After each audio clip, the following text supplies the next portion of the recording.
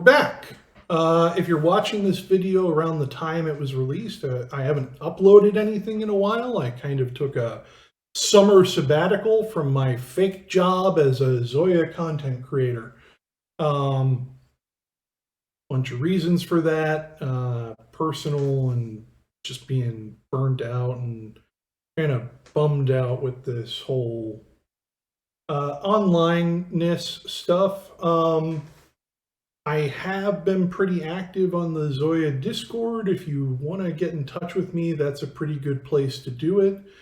So I'll put a link, an invite link in the description, but I have not been idle in that time. I've been creating patches. I shared some of them on the server, including the two that I'm going to show today. And I hope to get those sort of published and released and out there in the next couple days and weeks and probably months. There's a backlog. There's always a backlog. But let's move on to the patches. I have two patches that are called Frozen Time V2. They aren't really V2s. They're original builds. But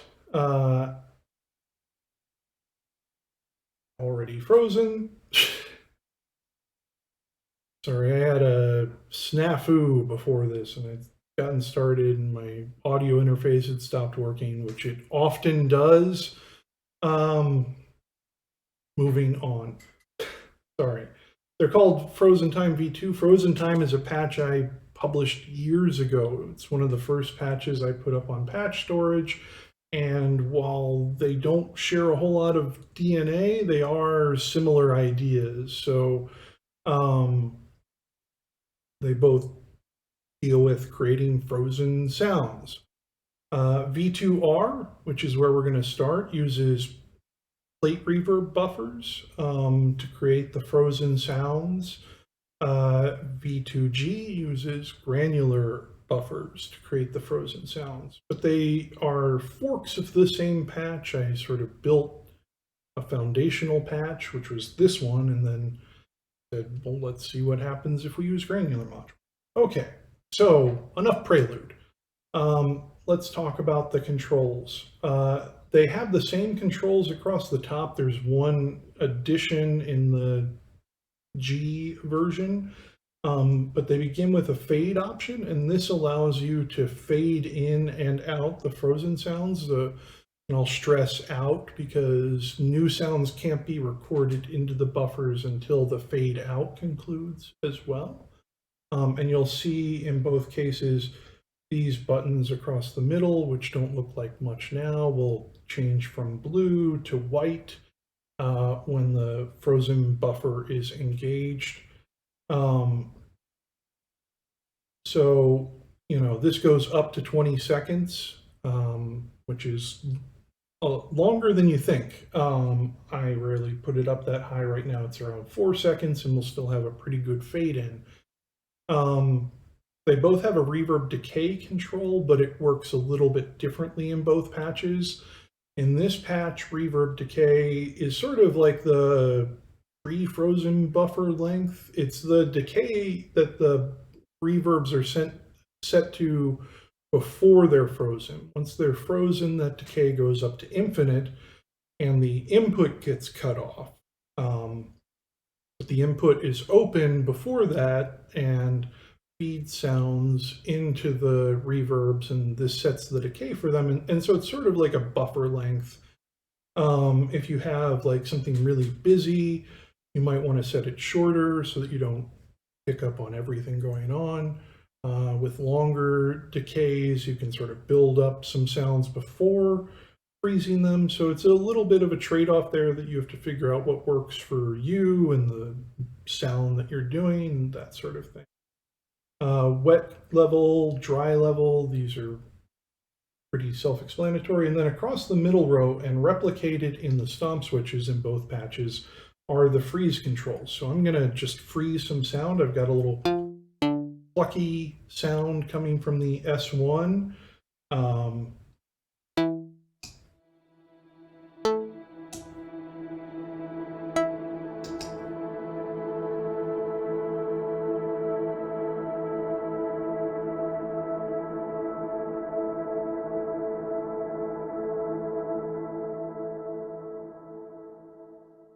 And then in this patch, we have these mute buttons that allow us to sort of mix those sounds.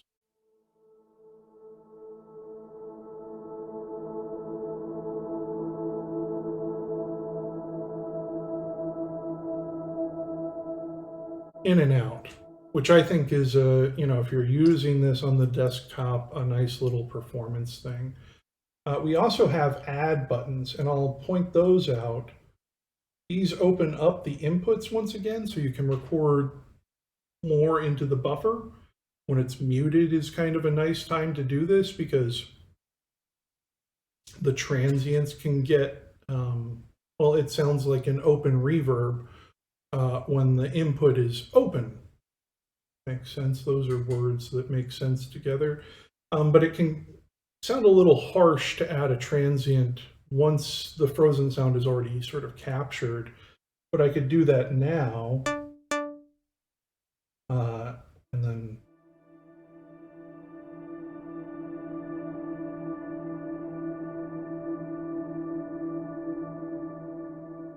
unmute to hear that.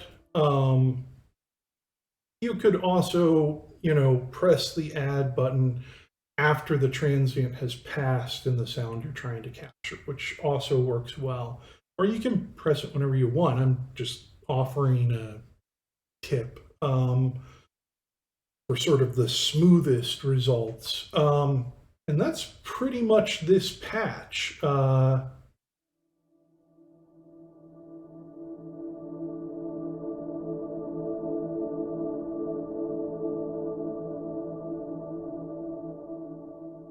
I will add that in both patches, the channels or buffers are sort of spread a little bit across the stereo field. So the left one, right? The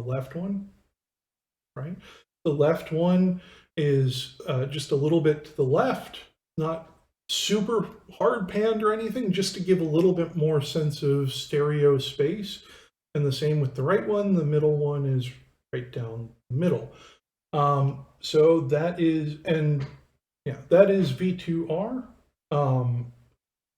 Let's see what V2G has to offer. So again, we have those same controls across the top.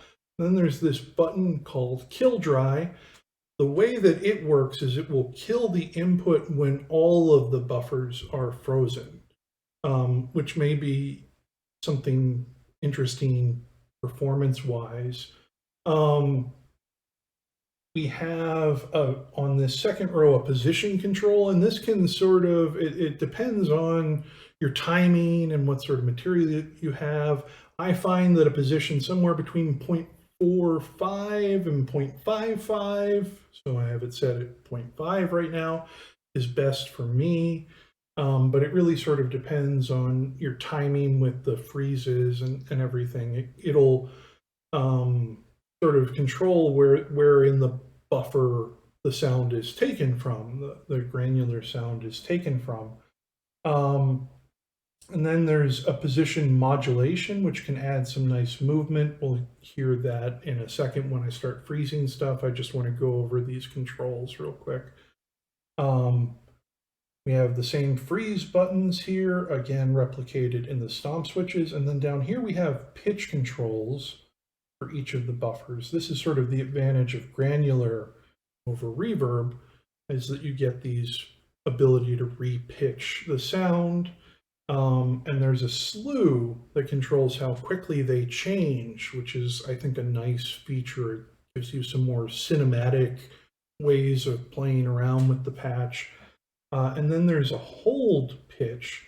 And what happens then, this is nice, I'll show this off in a second, is that any of the changes that you make to the pitch controls don't take effect until you release this button again. So they all will start to move in unison with one another. So if you have some going up and down, you get these really nice sounds. And then instead of mute buttons, we have level controls for each of the granular module channels. This is because sometimes higher pitched stuff can sound louder and lower pitched stuff can be a little bit quieter because of how the energy is diffused. So this can give you a little bit more control in fine-tuning those things. And I think I mentioned this before, but the reverb here is after the granular modules. So it's sort of like an ambience control, the decay, and it sort of sets how big and reverby the sound is. So again, let's freeze some stuff and see what happens. Same patch on the S1.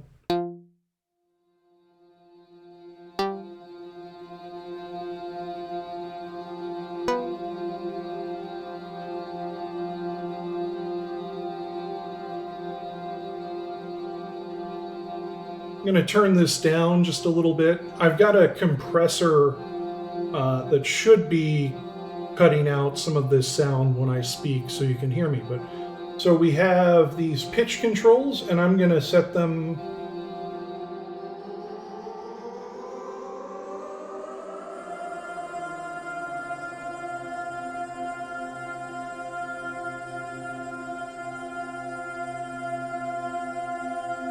Now I've got the hold pitch enabled, and I'm going to change them back.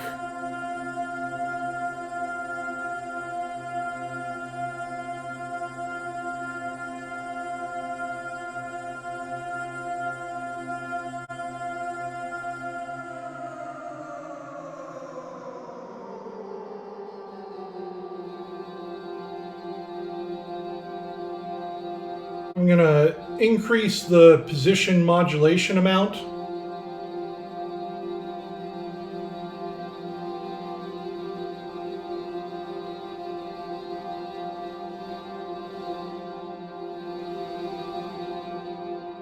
Slow down the rate, which I had maxed out for some reason. So we can get this sort of sense of movement.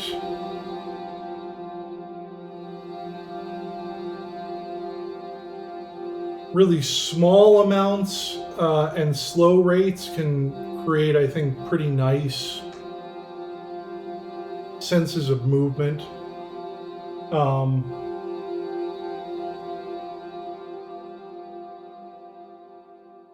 And those are the two patches.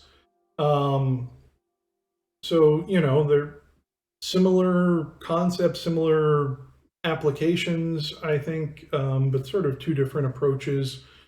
You know, you can use whichever you think fits your needs best.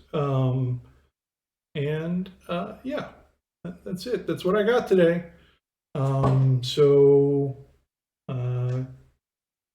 Check them out, or don't. You know, if you do check them out and you like them, please like the patches on Patch Storage.